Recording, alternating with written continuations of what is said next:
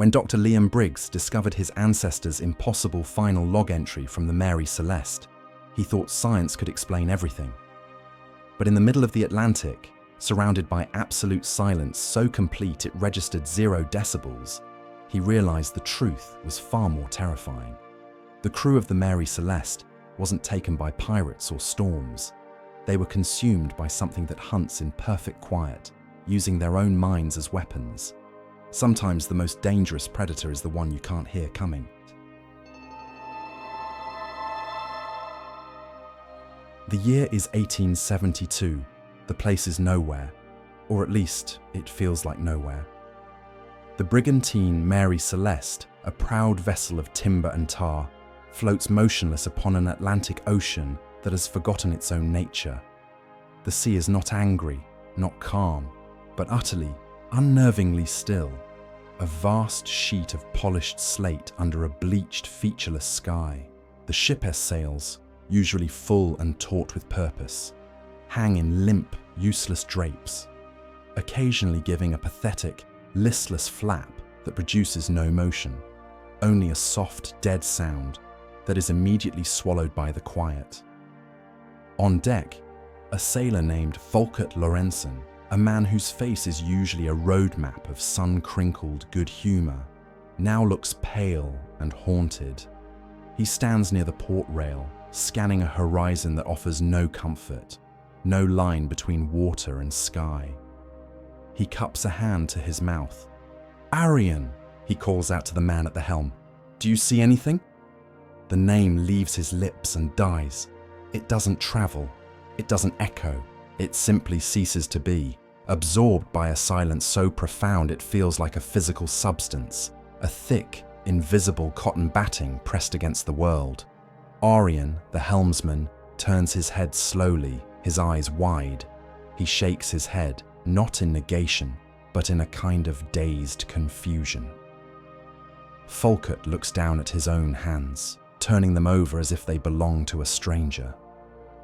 He can feel the thrum of blood in his veins, but he cannot hear it. He cannot hear the creak of the ship's timbers, the whisper of the tide against the hull, the cry of a distant gull.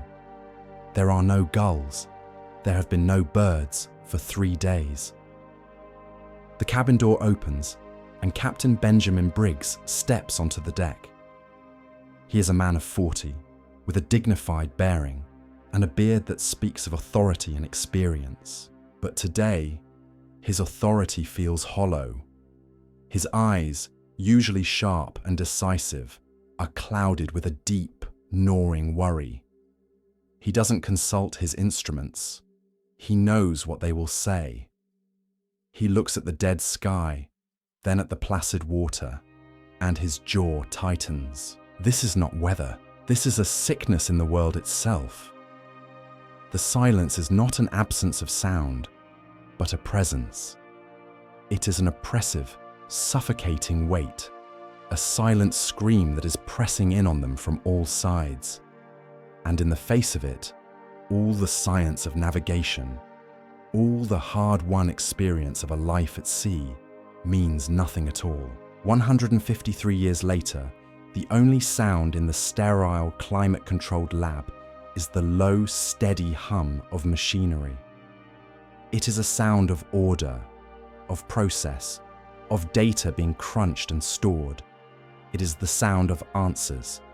Dr. Liam Briggs, a man who shares the captain's intense eyes and stubborn jawline, lives for that sound. His world is one of clean data sets and verifiable conclusions, a fortress of logic built to keep out the chaos of the world. On a large glowing monitor before him, a complex family tree spreads its branches. It is the Briggs family tree, and at its heart is a wound. A single name, Benjamin Spooner Briggs, is a nexus of speculation, a black hole of data that has pulled in theories and whispers for over a century. Liam stares at the annotations he's compiled over the years, digital ghosts haunting his family's legacy. Mutiny, one note asks. Attack by pirates, insurance fraud. Another, More esoteric theory reads, ergot poisoning from rye bread, causing mass hallucination. Liam scoffs quietly. Hallucinations didn't make a ship sail itself for 10 days. Hallucinations didn't make 10 people, including a 2-year-old child, vanish from the face of the earth, leaving all their possessions behind. Liam takes a slow sip of cold coffee from a ceramic mug that says, "In data we trust." He's a forensic genealogist, a new breed of historical detective who hunts for truths buried not in dusty archives, but in the helical strands of DNA. For 15 years, the Mary Celeste has been more than a famous maritime mystery to him. It has been a personal obsession. It is a stain on his family's name, a story where his great-great-grandfather is cast as either a fool, a criminal, or a victim of some mundane, yet-to-be-explained tragedy. Liam rejects all of it. He believes the story is not a mystery, but simply an equation with missing variables, and he is determined to find them. His workspace is a testament to his methodical nature. Every pen is in its place. Every file is perfectly labelled. It is the workspace of a man who believes, with an almost religious fervour, that every ghost can be exorcised by a fact. With a few clicks, he initiates a new trace, uploading the genetic markers from a recently unearthed hair sample found in an old locket belonging to the captain's wife.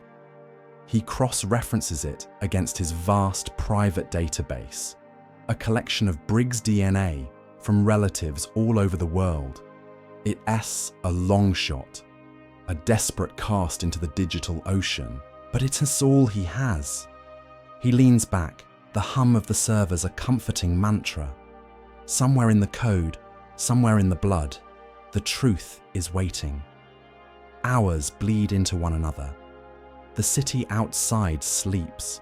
The lab remains a bubble of cool blue light. Liam is running on fumes and caffeine, his eyes gritty from staring at the screen. He is about to call it a night, to surrender to another day of failure, when a single sharp chime cuts through the mechanical hum. It is a sound he has configured for one purpose only, a significant match.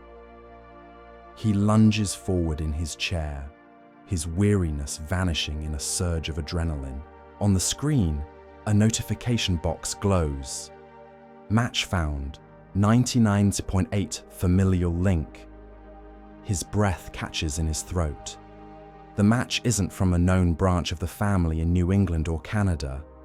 The location tag reads, Horta, Fayal Island, the Azores, an unknown branch, a ghost branch. His email client pings.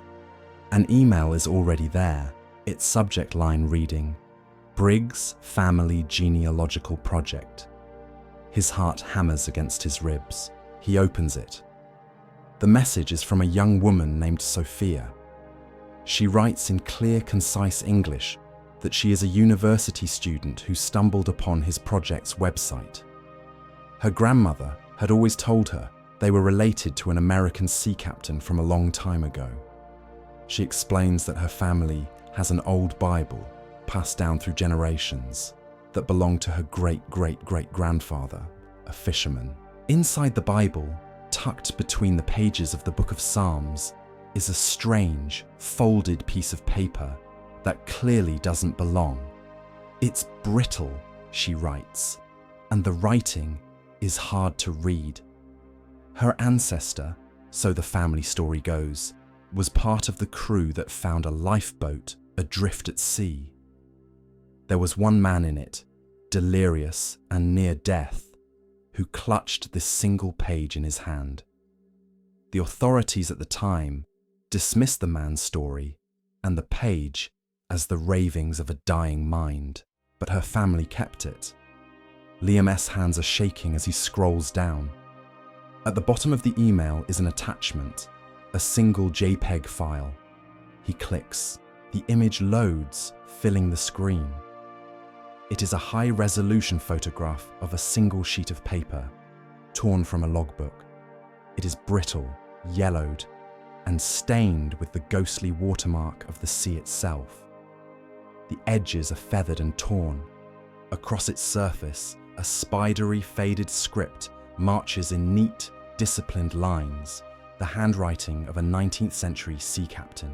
And at the top of the page, the date is stark and undeniable: November 25th, 1872. Below it, the ship's name, Mary Celeste.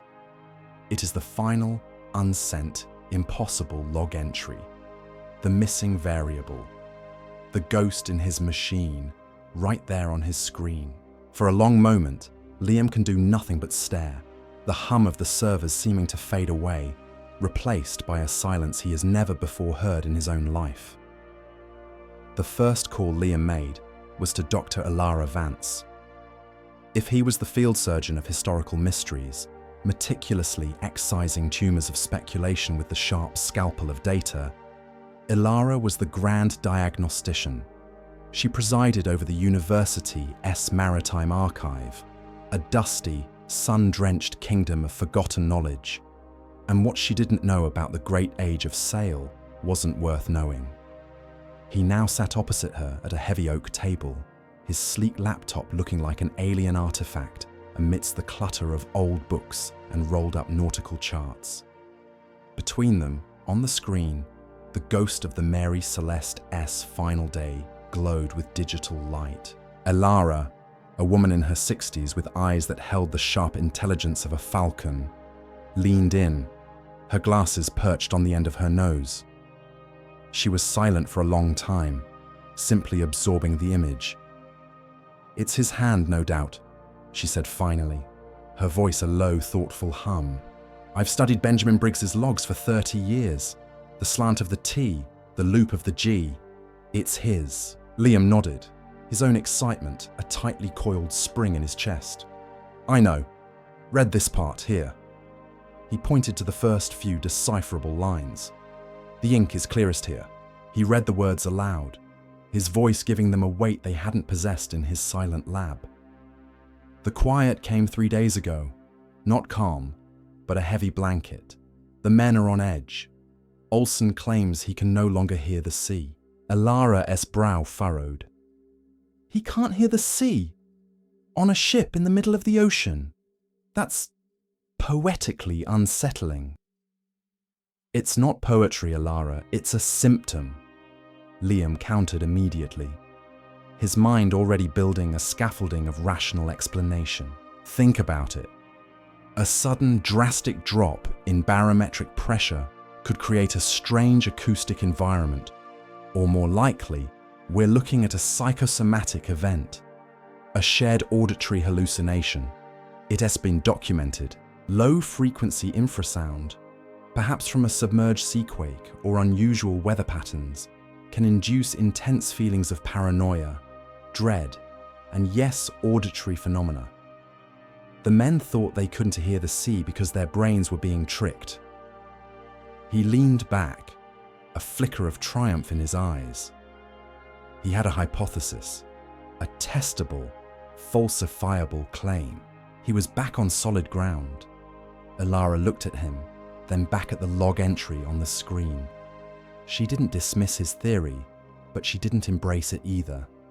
"Perhaps," she said, her tone neutral, "but a heavy blanket of quiet is a strange way for a sea captain to describe a seaquake." She tapped a long finger on the screen. "Your science is elegant, Liam, but don't be in such a hurry to explain away what he's actually saying." That night, Liam's lab felt less like a fortress and more like an interrogation room. The log page was the suspect, and he was determined to make it talk. He had the high-resolution scan isolated on his main monitor, a patient etherized upon a table. He initiated the multispectral imaging sequence, a process that would bombard the digital image with different wavelengths of light, from infrared to ultraviolet, coaxing out details hidden from the naked eye by a century and a half of water damage, salt, and decay. As the software began its slow, methodical work, cycling through ghostly green, red, and deep blue spectrums, Liam turned to his other monitors. His hypothesis demanded data. If there had been a seaquake, even a minor one, there would be a record. He plunged into digital archives, cross-referencing oceanic charts from 1872 with geological surveys and seismic logs from around the world. He searched for records of volcanic activity in the Atlantic, for freak weather systems, for anything that could have generated the kind of low-frequency sound wave he was proposing. He found nothing. The week the Mary Celeste vanished was, according to every record he could find, perplexingly normal. No storms were reported in that quadrant. No tsunamis, no rogue waves, no seismic tremors of any note. The ocean had been, for all intents and purposes, asleep. Frustration began to gnaw at him. He muttered to the empty room, "No storm, no seismic events. It doesn't fit." He ran the searches again, widening the parameters, looking for any anomaly, no matter how small. The machine hummed its logical song, but the digital world remained stubbornly silent. The evidence refused to conform. His elegant hypothesis was collapsing under the weight of an inconvenient lack of facts. He was left with only the log page itself, a single impossible data point. His scientific method, his trusted tool, was failing. The process was slow, painstaking, and deeply frustrating. For hours, he was a man arguing with a ghost, and the ghost was winning. The imaging sequence finally chimed its completion. On the screen, the log page was transformed. Water stains had receded. The faded ink now stood out in stark, ghostly relief. New words and fragments of sentences had emerged from the background, like voices from the past. Liam leaned in, his fatigue forgotten, his heart beginning to pound a nervous rhythm. He scanned the page, his eyes tracing the newly legible script. And then he saw it, a full sentence, previously completely invisible, located right in the middle of the page. It was written with a slightly more hurried, more desperate hand than the lines above it. His confident, analytical expression dissolved. The blood drained from his face, leaving behind a pallid mask of confusion, then a creeping, horrifying dread. He read the words aloud, his voice a dry, cracked whisper that sounded alien in the quiet of his lab. We saw it. Noon, bright sun. Briggs was at the helm. He was just plucked from the deck. No sound, no scream. He was there, and then he wasn't. Liam shot back in his chair as if he'd received an electric shock. He stood up and stared at the monitor from across the room, as if distance might change the meaning of the words. It didn't. Plucked, not fell overboard, not was swept away, not jumped. Plucked, like a feather from a wing, like a string on a harp. The word was a direct, physical violation of everything he knew to be true. It was a data point from a universe with different rules. A cold chill, colder than any he had ever known, traced a path down his spine. The neatly constructed scaffolding of his scientific explanation didn't just collapse, it was annihilated, leaving him in a freefall, staring into an abyss of absolute impossibility. The word hung in the sterile air of his lab, a piece of raw, terrifying superstition that had just been proven by his own infallible science. The next morning, Liam found himself back in the sunlit archive, but he was a different man. The sharp, confident scientist was gone, replaced by a frayed nerve ending in a worn-out coat. His hair was unkempt, his eyes were bloodshot, and he paced the floor in front of Alara's desk like a caged animal. He hadn't slept. Sleep felt like a luxury he could no longer afford. "It says plucked, Alara," he repeated for the third time, his voice a low, ragged thing. He held up his hands, then dropped them uselessly to his sides. Not fell, not was taken, not dragged by a creature from the deep. Plucked. What the hell does that mean? It's a word for a fruit on a tree, not a 200-pound man on the deck of a ship. It's impossible. It's a physical, grammatical, existential impossibility. And my great-great-grandfather wrote it down as fact. Ilara remained calm, a steady rock in his storm of existential panic. She watched him, her expression a mixture of pity and profound academic interest. She let his frantic energy exhaust itself, and when he finally stopped pacing, breathing heavily, she turned from him and ran a hand along the spines of a row of obscure, leather-bound books in a forgotten corner of the archive. "Sailors have stories for everything, Liam," she said softly, her back to him. They had to. They lived lives balanced on a knife's edge between the known and the profoundly unknown. They saw things in the lonely watches of the night that no science could account for. So they gave them names. They made up rules. They created stories. She pulled a thick, dark blue volume from the shelf. Most of it is superstition, of course. Fear of the dark. But you of all people should know that superstition is just a name for a pattern we don't understand yet. Liam stared at her, at the dusty book in her hand. A week ago, he would have scoffed. He would have delivered a polite but firm lecture on cognitive bias and the human brain's tendency to invent agency where there is none. But that man was gone, his certainty shattered by a single, impossible word. Now he was desperate. He was drowning, and the handholds of logic and reason had crumbled away. He walked over to her, his voice dropping to a near whisper, a plea. "Forget science for a minute, Ilara. Forget infrasound and seismic events and mass hysteria. I've run the numbers. They don't work. The world I believed in doesn't have an explanation for this." He looked her directly in the eyes, and in his gaze was the terror of a man who has seen the world crack open. "Find me the superstition. Find me the sailors' yarns about unnatural silence." And so began the descent. The archive became their world. Days blurred into nights, fueled by stale coffee and a dawning sense of dread. Ilara, with her encyclopedic knowledge of maritime folklore, became his guide into the irrational. She pulled down dusty tomes filled with forgotten lore, books whose titles spoke of sea spectres and phantom tides. Meanwhile, Liam, unable to completely abandon his nature, applied his own rigorous methodology to her world of myth. He scanned through digitized shipping manifests from the 18th and 19th centuries, combed through the personal diaries of captains and whalers, searching not for facts, but for echoes of his ancestors' experience.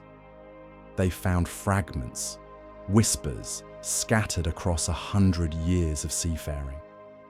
They found a Dutch merchant captain's log from 1788, describing a week-long journey through a section of the Atlantic where a hush settled over his ship, a quiet so complete it drove one of his crewmen to leap overboard, screaming that he needed to hear something break. They found an entry in the diary of a Spanish whaler from 1841, noting a dead spot in the ocean, a patch of water where the cries of the gulls and the sound of the waves simply died. His account ended with the inexplicable loss of a crewman who had vanished from the crow's nest on a perfectly clear, calm day. Every story was different, yet hauntingly the same, and every story had been officially dismissed. The Dutch sailor was logged as having succumbed to melancholy. The Spanish whaler's account was appended with a note from the ship's owner calling it drunken fiction. These were unscientific sources, anecdotes and yarns, the very kind of data Liam had spent his entire career teaching himself to ignore. But now, he treated them as gold. On a large antique map of the Atlantic spread across the table, he began to mark the locations of the incidents with red pins. Slowly, Painstakingly, a pattern began to emerge from the superstitious noise. It wasn't a shipping lane. It wasn't a weather pattern. It was something else. That night, exhausted and running on pure adrenaline, Liam sat in the clutter of his apartment and made a video call. On the screen, the face of Sophia, the student from the Azores, materialized, her expression open and curious. He tried to explain what he had found, his voice charged with a strange mix of scholarly excitement and primal fear. He told her about the other accounts, the pattern on the map, the emerging shape of a century-spanning mystery. When he finished, he asked, his voice strained, "Is there anything else, Sophia? Any other stories your ancestor told? Anything about the man he found in the lifeboat?" Sophia hesitated, a thoughtful frown creasing her brow.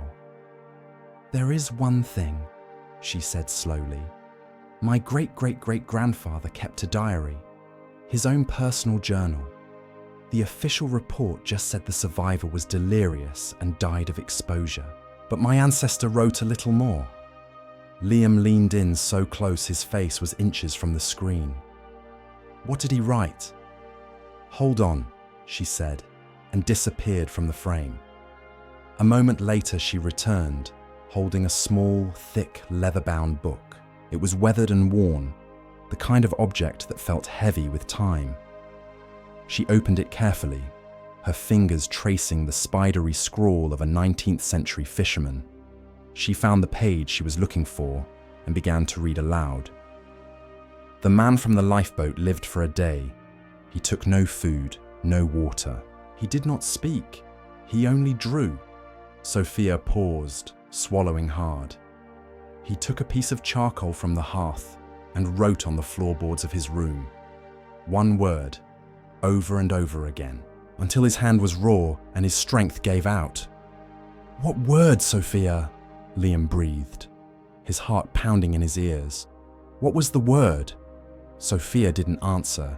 Instead, she turned the diary around and held it up to the camera. The page was filled with the frantic, crude handwriting of a man pushed beyond the limits of sanity. In jagged, overlapping letters, one single word was scrawled dozens, perhaps hundreds of times. A desperate, silent scream committed to paper. Silence. Silence. Silence. Liam's laboratory, once a temple of sterile order, had become a war room for a battle against reality. The clean surfaces were now buried under a chaotic collage of nautical charts, open books, and a constellation of empty coffee cups. At the center of it all, a massive antique map of the Atlantic was pinned to the wall, a web of red string connecting the disparate points of historical tragedy. Liam stood before it, a wild look in his eyes, the phone pressed to his ear. He was a general surveying a battlefield only he could see. On the other end of the line, Ilara's voice was a thin thread of sanity in his self-made storm. "Liam, you need to slow down. You're connecting anecdotes from unreliable sources. This is conjecture, not evidence." "It's a pattern, Ilara, and you know it," he shot back, his voice raw with a manic energy. "Don't you see? It's not a place. The coordinates are always shifting. It's a thing, a moving pocket of wrongness, a localized phenomenon that nullifies sound and, I think, actively affects human perception. It's a predator that hunts in a sensory vacuum." He was using the language of science to describe a sea monster, dressing up a ghost story in the respectable clothes of a quantum theory. He sounded like a madman, but it was a madness with a desperate internal logic. "Liam, listen to yourself," Ilara pleaded. "You're describing something that doesn't obey the laws of physics." "Then the laws are incomplete," he yelled, turning to pace the small, clear patch of floor. "For a century, everyone has tried to solve this from the outside, looking for what attacked the Mary Celeste. A storm, pirates, a giant squid. But the log says the threat came from the quiet. It's an environmental predator. I have to prove it. I have to measure it." A heavy silence fell between them, heavier than any on Liam's map. "What are you going to do?" Ilara asked, her voice laced with dread. Liam stopped pacing and looked at the map, at the final X he had drawn in the middle of the ocean. "I've chartered a research vessel," he said, his voice suddenly calm, resolute. "The Magellan, it's a state-of-the-art acoustic research ship. I'm using my savings, all of it. I'm leaving tomorrow." He was no longer just an investigator. He had become a hunter.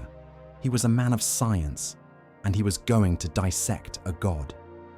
The RSV Magellan was a marvel of modern engineering, a sleek, powerful vessel designed to listen to the deepest secrets of the ocean.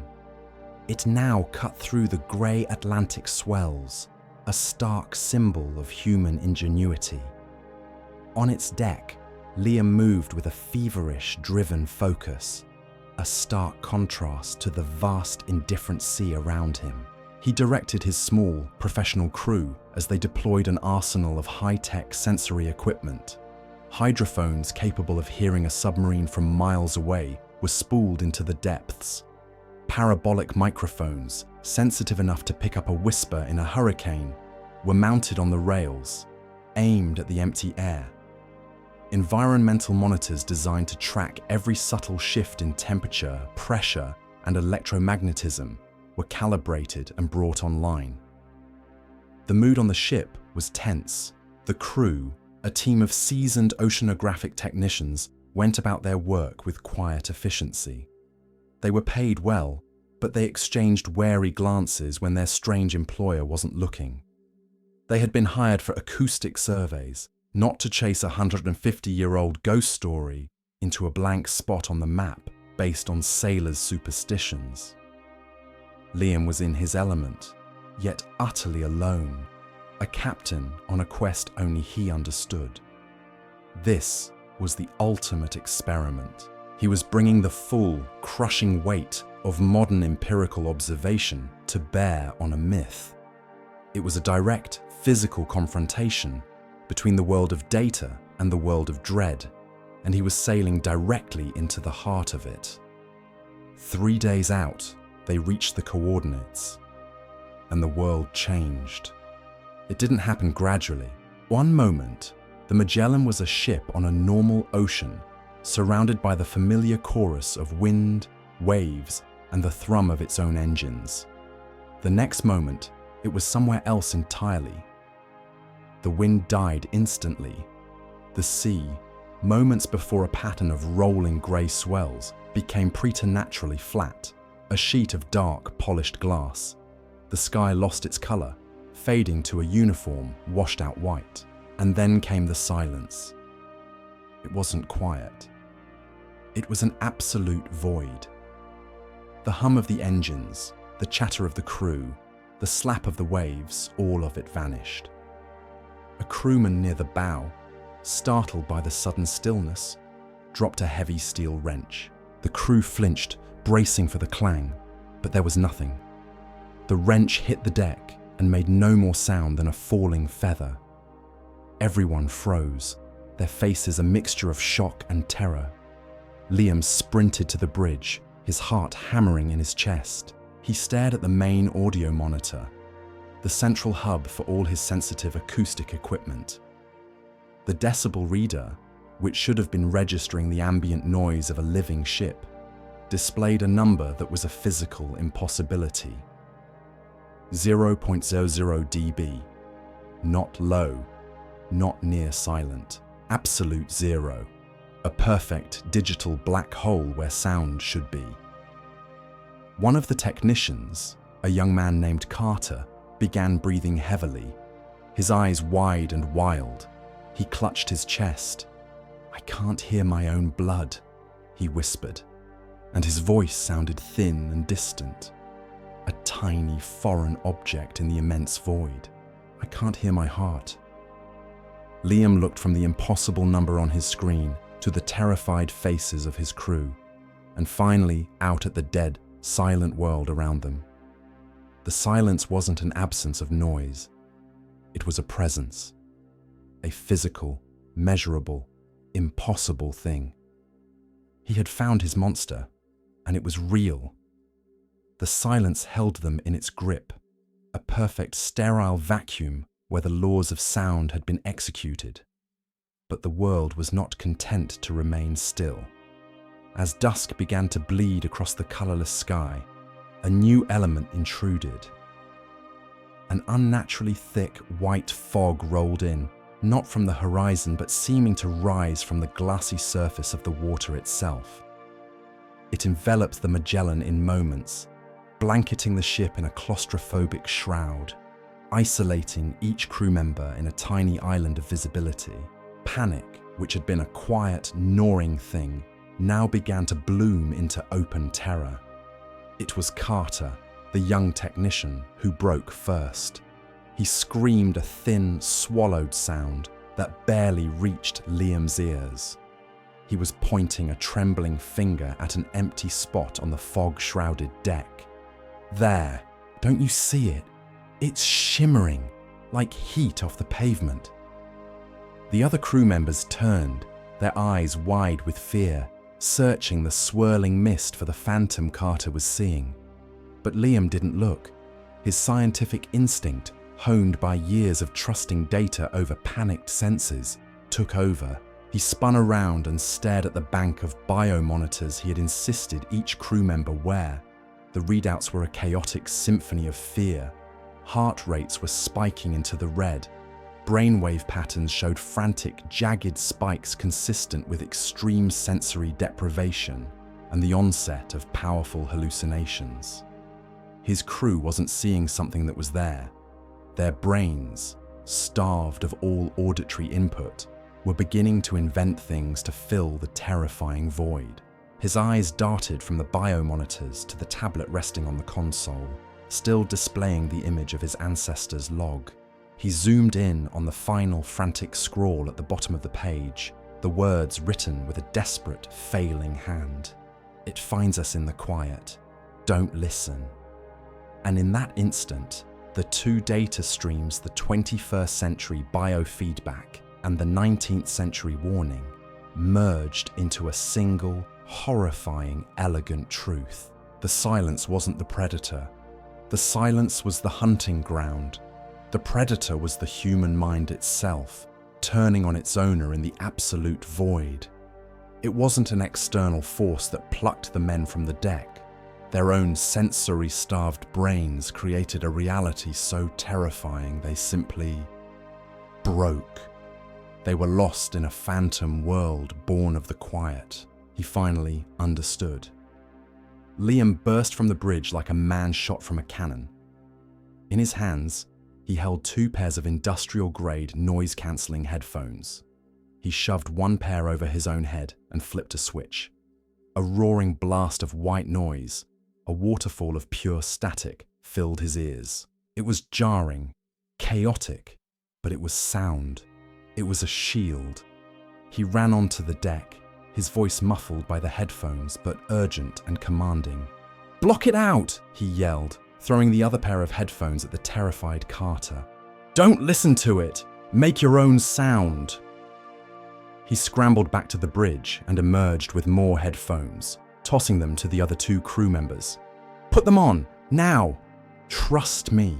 They stared at him, their faces pale and confused, but in his eyes was the fire of absolute certainty. They hesitated for only a second before fumbling with the headphones, pulling them over their ears and turning up the volume. One by one, their frantic, searching eyes closed, their bodies tensed against the onslaught of manufactured noise. Liam stood on the deck, his own eyes shut tight, lost in the artificial storm of static. He was a man of science, a disciple of logic, and he was saving his crew from a supernatural horror by employing a paradoxical defense, fighting an impossible silence with meaningless noise. He was following the last will and testament of his ancestor, a desperate warning scrawled by candlelight, and proving it with the tools of the modern age. Slowly, as the white noise washed over them, Carter lowered his trembling hand. the shimmering distortions on the deck, the phantoms born of the quiet, were fading away. Months later, the university archive was quiet, but it was a normal quiet, a peaceful, gentle hush filled with the scent of old paper and the soft rustle of turning pages. It was the sound of history, of stories at rest. Liam Briggs sat at the heavy oak table, Elara opposite him.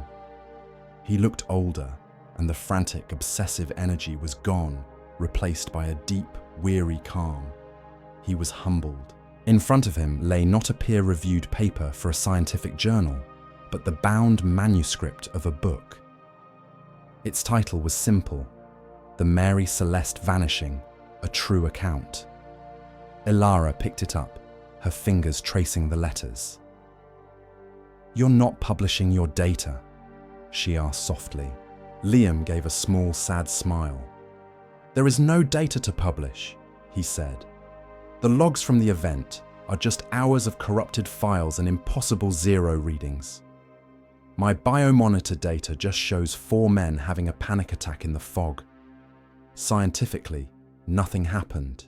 He looked out the window at the world of solid, explainable things. "I went out there to find a fact, an answer that could be measured and catalogued. But you can't measure an experience like that. You can only bear witness to it." He had solved the mystery that had haunted his family for a century and a half. He had cleared his ancestors' name. But he hadn't done it by reducing the story to a simple, digestible fact. He had done it by embracing its full, terrifying, and unexplainable complexity. He had no proof that would satisfy the world he used to belong to, only testimony. He had returned from his journey not with a scientific breakthrough, but with an elixir of a different kind. A new, more profound understanding of truth itself. And he would preserve it the only way he could not with numbers, but with words. He would tell the story.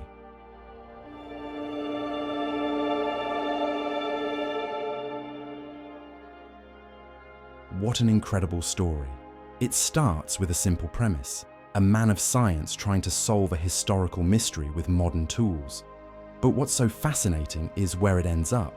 Dr. Briggs doesn't debunk the mystery of the Mary Celeste. His own scientific instruments, his biomonitors, and audio sensors end up proving that the superstitious, terrifying accounts are, on some level, true. His journey forces us to look at the relationship between science and superstition in a different way.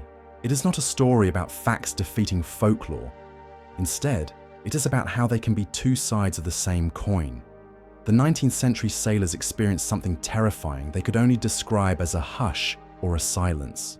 Liam, with his 21st century technology, was able to measure it, to see its effects on the human brain.